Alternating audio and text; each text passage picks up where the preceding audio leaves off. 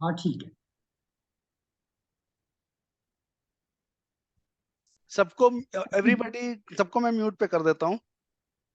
हाँ ठीक है।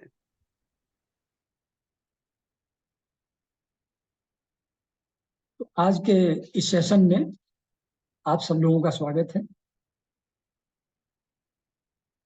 ये एक राज सुपे जी की शिष्या गई थी बद्रीनाथ।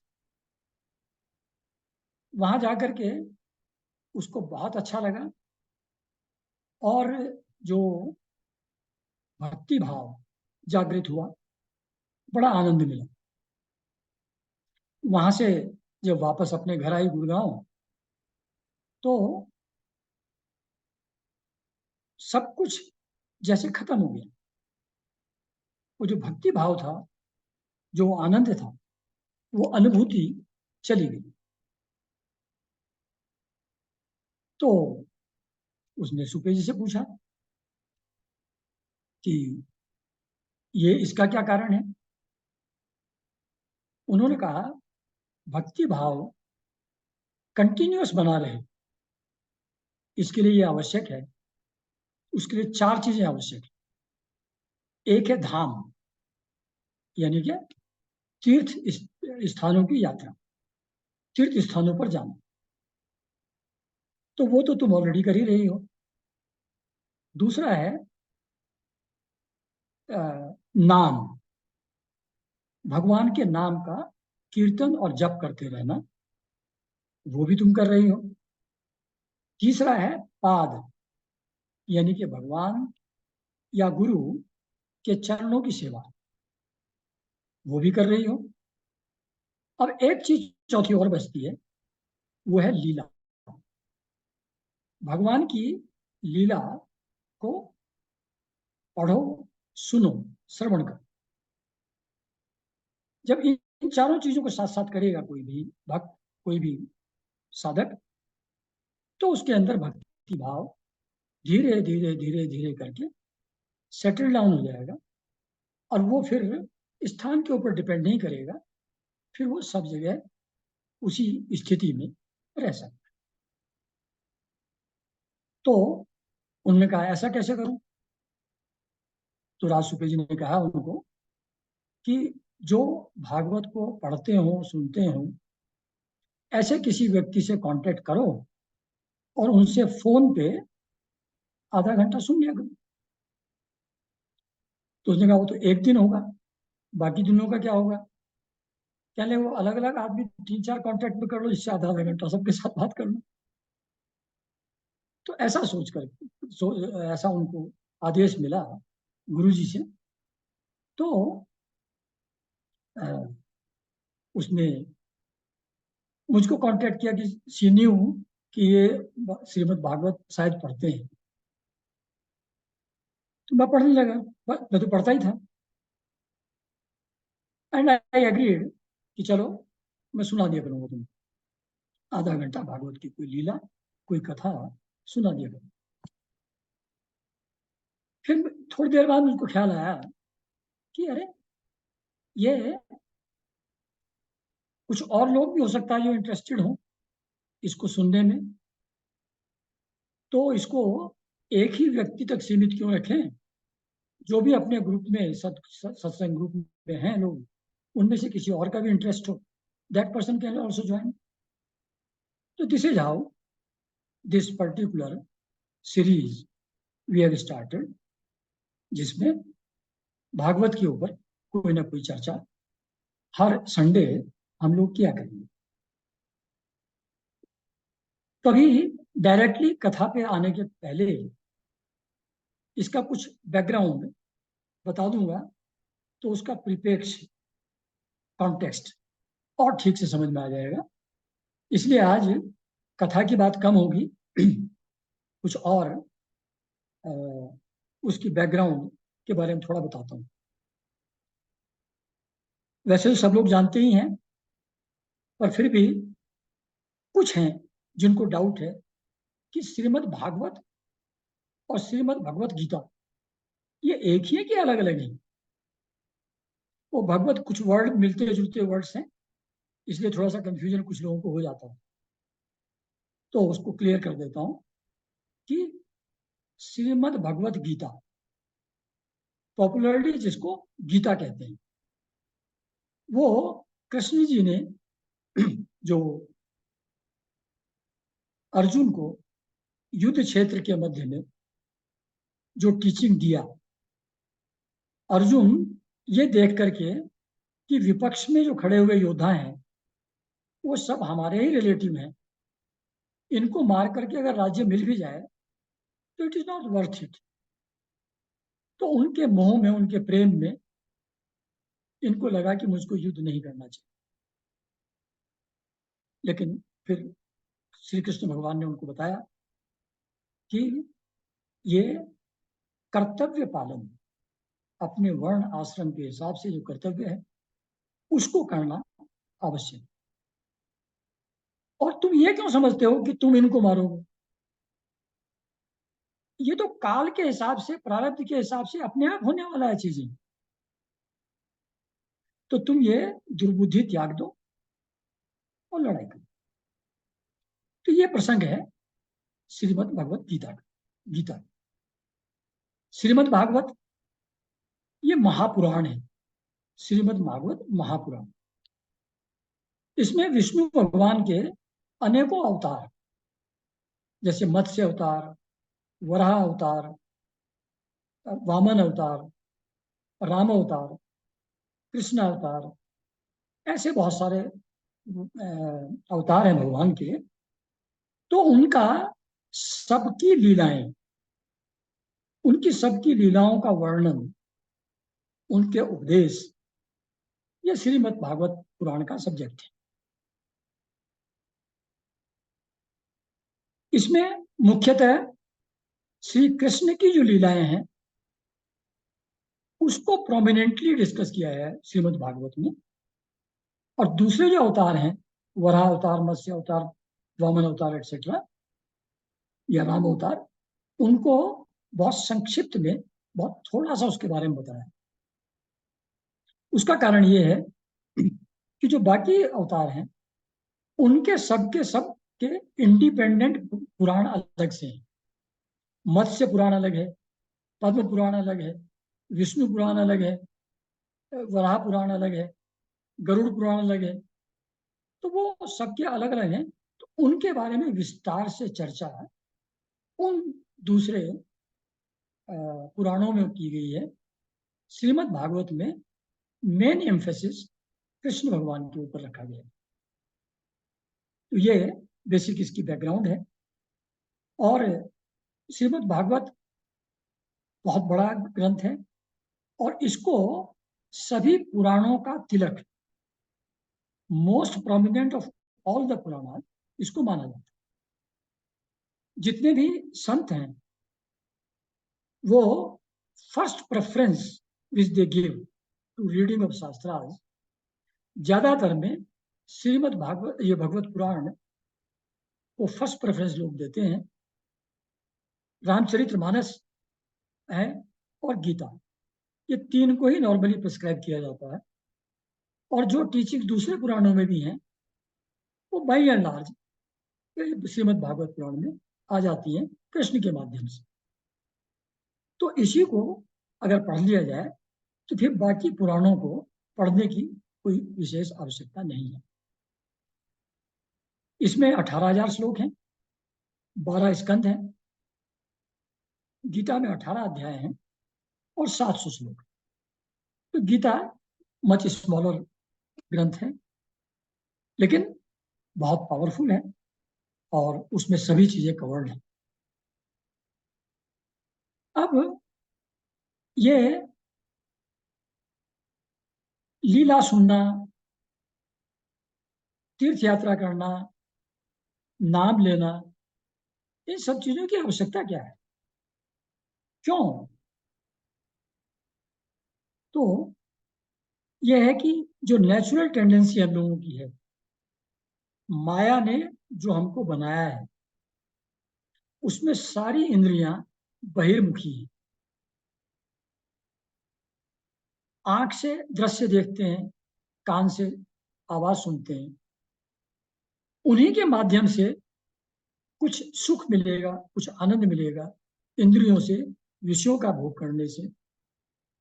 ये नेचुरल टेंडेंसी माया के द्वारा क्रिएटेड है, एक मैं भाव क्रिएटेड।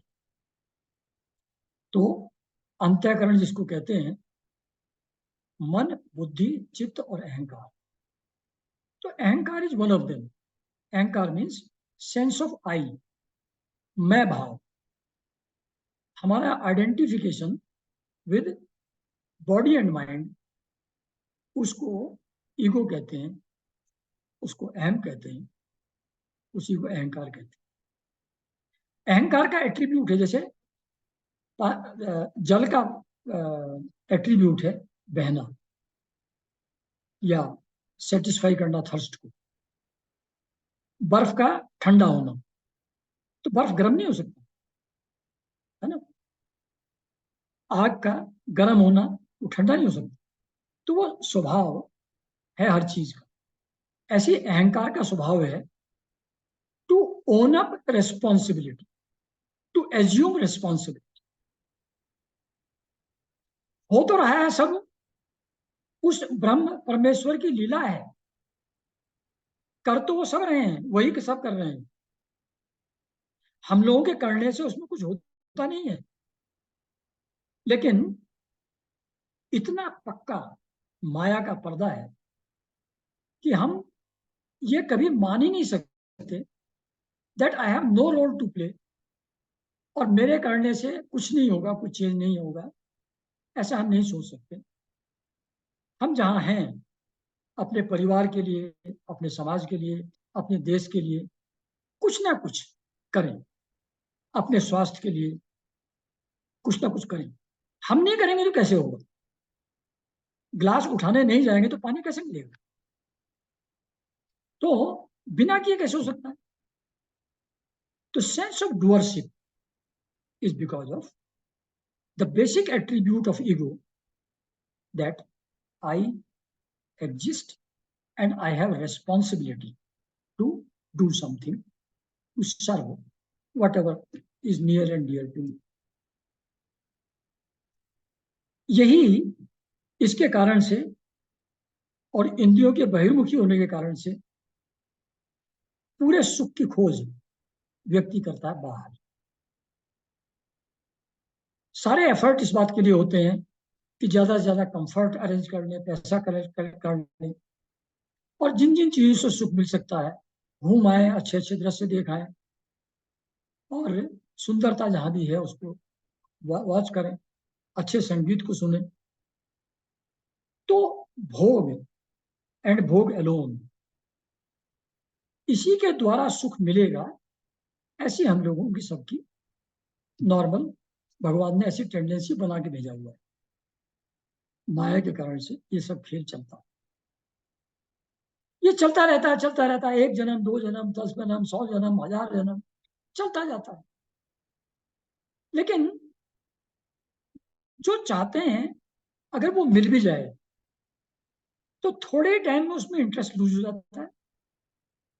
न मिले तो फ्रस्ट्रेशन है ही। अगर सक्सेस हुआ कोई काम जो हम कर रहे हैं, तो टेम्पररी एक हाई होता है, बड़ा आनंद, बड़ी खुशी मिलती है, but very very transitory. For a moment it is there, and next time it becomes absolutely normal, and there is nothing, and you look for another excitement, another desire you have to fulfill some other dream. इस तरीके से चलता रहता है। तो क्षणिक सुख कभी कभी दिखता है, वो फ्लीटिंग है, तुरंत समाप्त हो, और दुख तो बीच बीच में आते ही रहते हैं। अनेक जन्मों तक ये प्रोसेस रिपीट होता है। तो समझ में आता है कि lasting happiness cannot be found in the external world. There is some basic problem with us, because of which हम सुख प्राप्त परमानेंट नहीं कर पाते। दिशा गलत है, दिशा कहीं और, तब हम कुछ शास्त्र पढ़ते हैं, कुछ लोगों से डिस्कस करते हैं, गुरु लोगों के संपर्क में आते हैं, और तब वो हमको बताते हैं कि नहीं भैया, ये बाहर से नहीं मिलने वाला है, ये तो तुम्हारी आंतरिक स्थिति है। आनंद तो तुम्हारा स्वभाव है। ये दुख, ये कल्पना है। स्वभाव आनंद है, लेकिन डिजायर के कारण से, थॉट्स के कारण से, फीलिंग्स एंड इमोशंस के कारण से स्वभाव ढक जाता है, और उसके कारण से वो जो अंदर अनंत सागर प्रेम का छुपा हुआ है, उसको हम लोग महसूस नहीं कर पाते, उसको एक्सपीरियंस नहीं करते। जब जीवन में लास्टिंग हैप्पीनेस बाहर नहीं मिलेगी, बार बार दुखी मिलता जाएगा, जब इस बात पर पूरा विश्वास आदमी को हो जाता है, जब पता लग जाता है, जो भगवान बुद्ध कहते हैं पहला नियम उनका, फर्स्ट ट्रूथ ऑफ बुद्धा, जीवन दुख है, लाइफ इज मिजरी, सॉरो। जब ये अनुभव में आता है, तब यात्रा शुरू होती है, तब स्पिरिचुअल क्वेस्ट शुरू होती है। उसकी शुरुआत नॉर्मली कुछ शास्त्र पढ़ करके, कुछ आसपास जो इस रास्ते पे चलने वाले लोग हैं उनसे चर्चा करके, सत्संग से, और गुरु लोगों के संपर्क में आने से ऐसे शुरुआत होती है। अब ये जो स्पिरिचुअल जब शुरू होता है रास्ता, तो उसके कई मार्ग हैं। हिंदुइज्म में, जैसे दूसरे रिलीजन्स में एक ही मार्ग है, इसलिए उनके यहाँ कंफ्यूजन कम है। दूसरे रिलीजन्स में इन general bhakti marg, absolute devotion to the supreme power, Christianity, Islam, सब में वो है। हमारे यहाँ भी अल्टीमेट वही है, लेकिन अल्टीमेट से पहुंचने के पहले लोगों की अलग अलग मानसिकता और अलग अलग स्तर को देखते हुए दूसरे मेथड्स भी कुछ दिए गए हैं लोगों के लिए, कि जिनके अंदर भक्ति के लायक जो अभी नहीं है, वो उनके लिए कुछ तो रहे करने के लिए। तो उसमें फर्स्ट जो मार्ग है वह है ज्ञान मार्ग। ज्ञान मार्ग का कहना है कि आप समझ लें, समझ ही काफी है। बंधन आपका भ्रम है, आप तो हमेशा से फ्री ही हैं। ये जगत जो दिखता है ये मिथ्या है, और ब्रह्म एक ही रियलिटी है, वही अलग अलग रूपों में भास रहा, वो है नहीं, प्रतीत हो रहा है। अब गुरु और शास्त्र हमको बार बार बताते हैं कि समझो, तुम ये शरीर, मन और बुद्धि नहीं हो। शरीर को तुम देख सकते हो, ये मेरा हाथ है, तो मेरा हाथ है, हाथ मैं थोड़ी हूं। ये मेरे विचार हैं, विचार मेरे हैं, विचार मैं थोड़ी हूं, विचार के बारे में तो आई एम अवेयर। तो there is some reality which has power of perception, जो विचार को, शरीर को, बाहर के ऑब्जेक्ट्स को सबको देख सकती है, सुन सकती है, स्पर्श कर सकती है। वो that which has that power of perception, वो तुम हो। चिदानंद रूप शिवो हम शिवो हम। तुम चिद यानी कि कॉन्सियसनेस, आनंद, आनंद स्वरूप, तुम चिदानंद हो, तुम शिव हो, तुम दुखी प्राणी नहीं हो। समझो, ये मन, शरीर, इनमें पेन और प्लेजर का खेल चलता रहता है। You have nothing to do with that. तो गुरु अनेक जन्मों तक शिष्य को एक ही बात बताता है कि ये शरीर और मन तुम नहीं हो। लेकिन ये जो मैंने अभी तक बात बताई, और एक वो जो शंकराचार्य जी कहते हैं, आदि शंकराचार्य, ब्रह्म सत्य जगत मिथ्या, जगत इल्यूजन है, वो है नहीं, दिखता है। ब्रह्म ही सत्य, एकमात्र रियलिटी वही है। ये सब सेंटेंस तो हम सब लोगों के सुने हुए हैं। इंटेलेक्चुअली इसको अंडरस्टैंड करने में अपेरेंटली कोई प्रॉब्लम नहीं है, लेकिन दुख दूर होता है क्या? आनंद की अपने स्वभाव की अनुभूति होती है क्या? कुछ नहीं होता। It requires razor sharp intellect which can cut the knot of ignorance that I am this body and mind. To see it absolutely different, to cut this central knot, Hridaya Granthi, this is what requires razor sharp intellect, which hardly anyone has. करोड़ों करोड़ों लोग में एक आध आदमी कोई होगा, इसलिए ये रास्ता सबके लिए नहीं है। तो ज्ञान मार्ग इज नॉट फॉर एवर। तो इस पे विस्तृत चर्चा करेंगे तो टाइम सब खत्म हो जाएगा। तो आगे चलते हैं। दूसरा है कर्मयोग। गीता के हिसाब से आप अपना कार्य जो ड्यूटी है वर्णाश्रम व्यवस्था के हिसाब से उसको करिए, and don't bother about the result. वो भगवान के हिसाब से जो होना होगा हो जाएगा। तो आपका कर्म निष्काम होना चाहिए। उससे आपके अंदर डुअरशिप चली जाएगी। डुअरशिप चली जाएगी तो सेंस ऑफ आई चला जाएगा।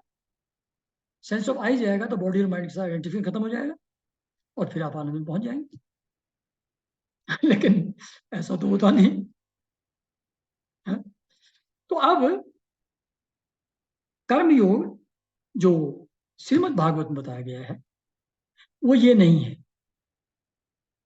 यहां पर जो वेदों में पूजा प्रार्थना अर्चना के मेथड्स दिए हैं, जिसके द्वारा, जिन रिचुअल्स के द्वारा, वेद मंत्रों के द्वारा, यज्ञ हवन के द्वारा, वो अलग अलग प्रोसेस दिए हुए हैं अलग अलग देवताओं को संतुष्ट करने के।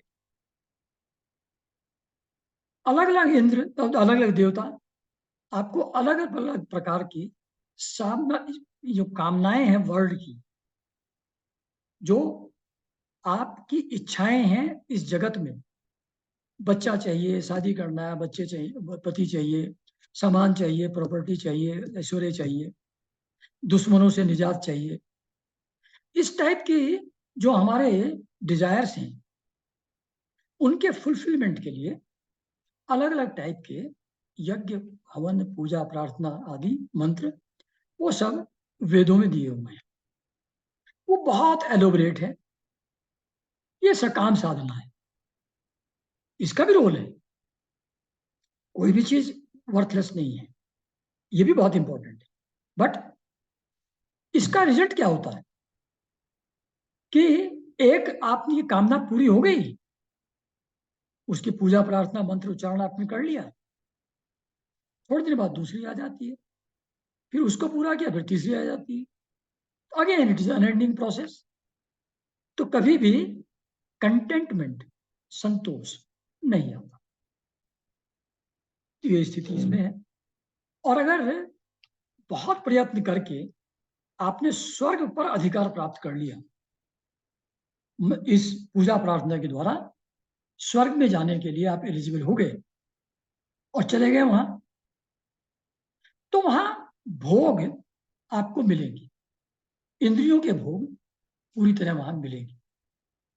लेकिन जैसे ही वो पुण्य जो इकट्ठे किए थे पूजा प्रार्थना से, जैसे वो धीरे धीरे क्षीण होते हैं, वैसे वैसे वो वहां से धकेल दिए जाते हैं नीचे, और यहीं आकर के फिर जो रूटीन आपका पुराना था सुख दुख वाला, वो मनुष्य योनि फिर से आपको प्राप्त हो जाएगी। और फिर अपना फिर उसी प्रोसेस से गुजरिए, फिर चलते जाइए।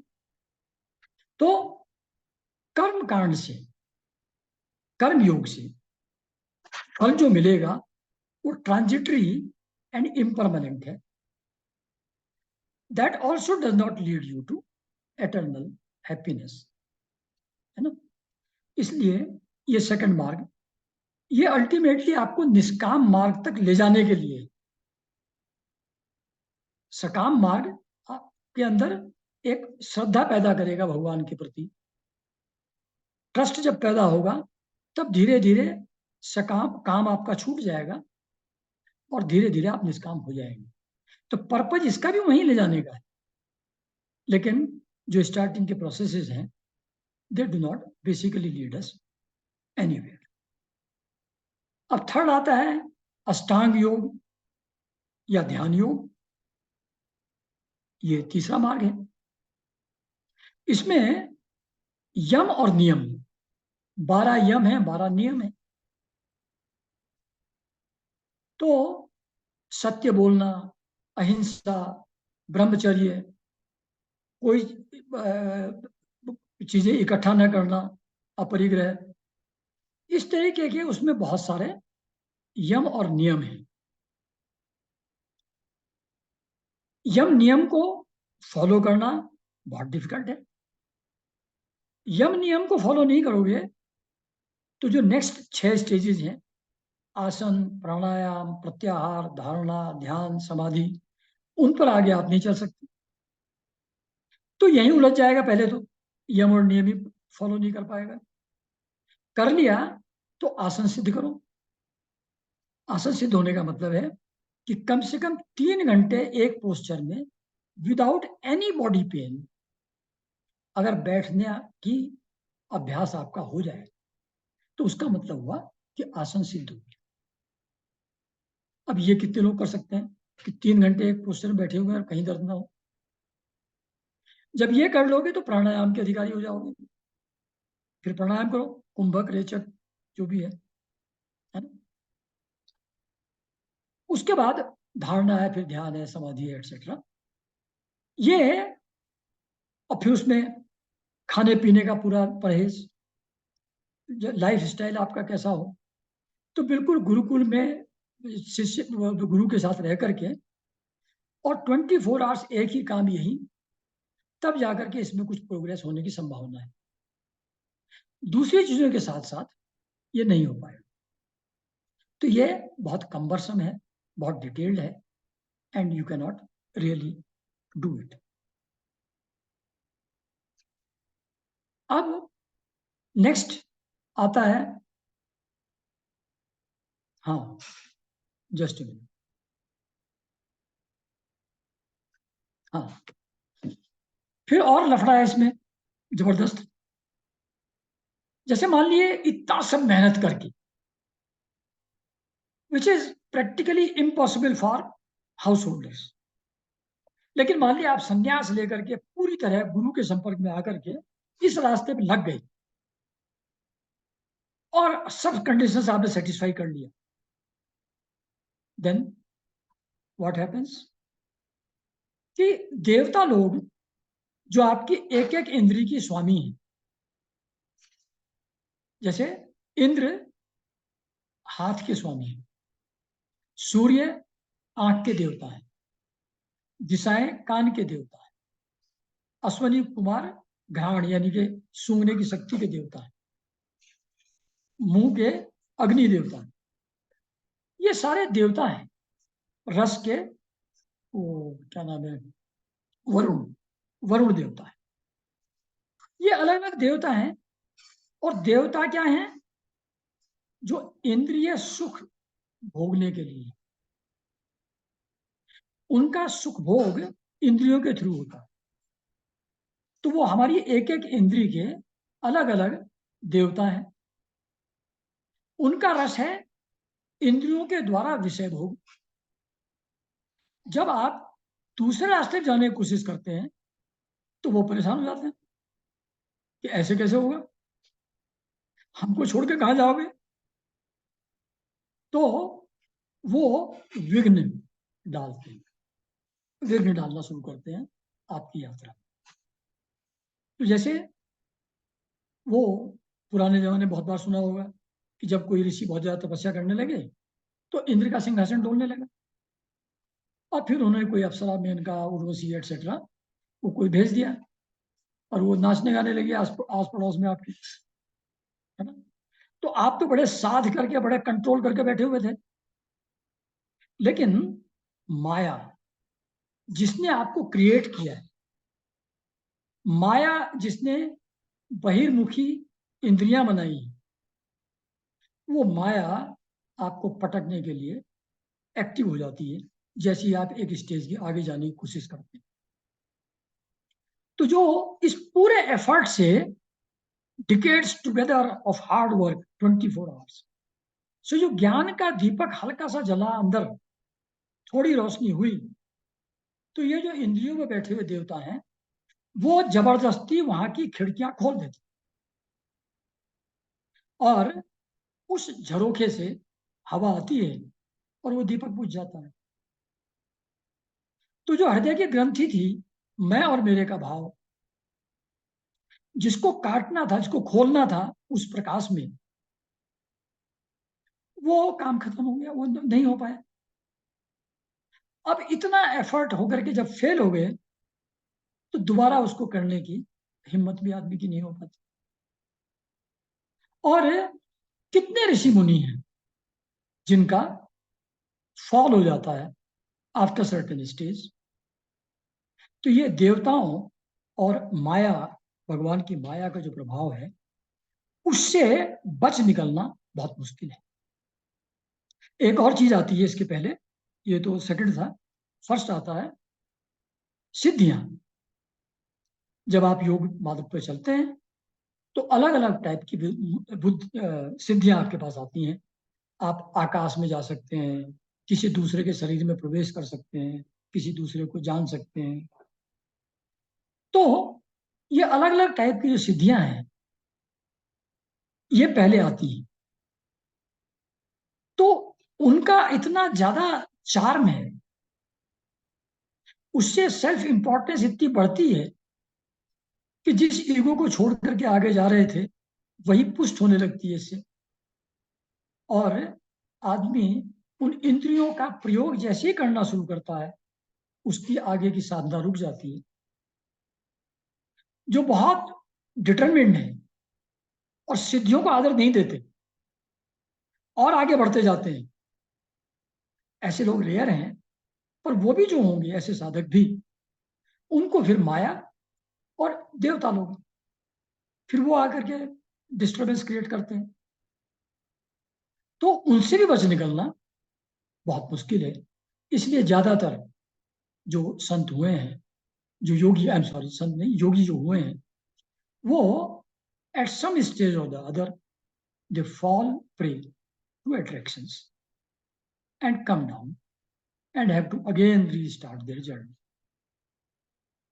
तो ये मोस्ट आर्डुअस मेथड है and there are number of pitfalls in this process. इसलिए ये भी रास्ता उतना पावरफुल नहीं है, उतना यूजफुल नहीं। अब नेक्स्ट आता है भक्ति। इस पर तुलसीदास जी ने बहुत सुंदर, बहुत अच्छा लिखा है उत्तरकांड ऑफ रामचरितमानस में। एक जगह कहते हैं कि माया और भक्ति दोनों एक ही प्रभु की हैं,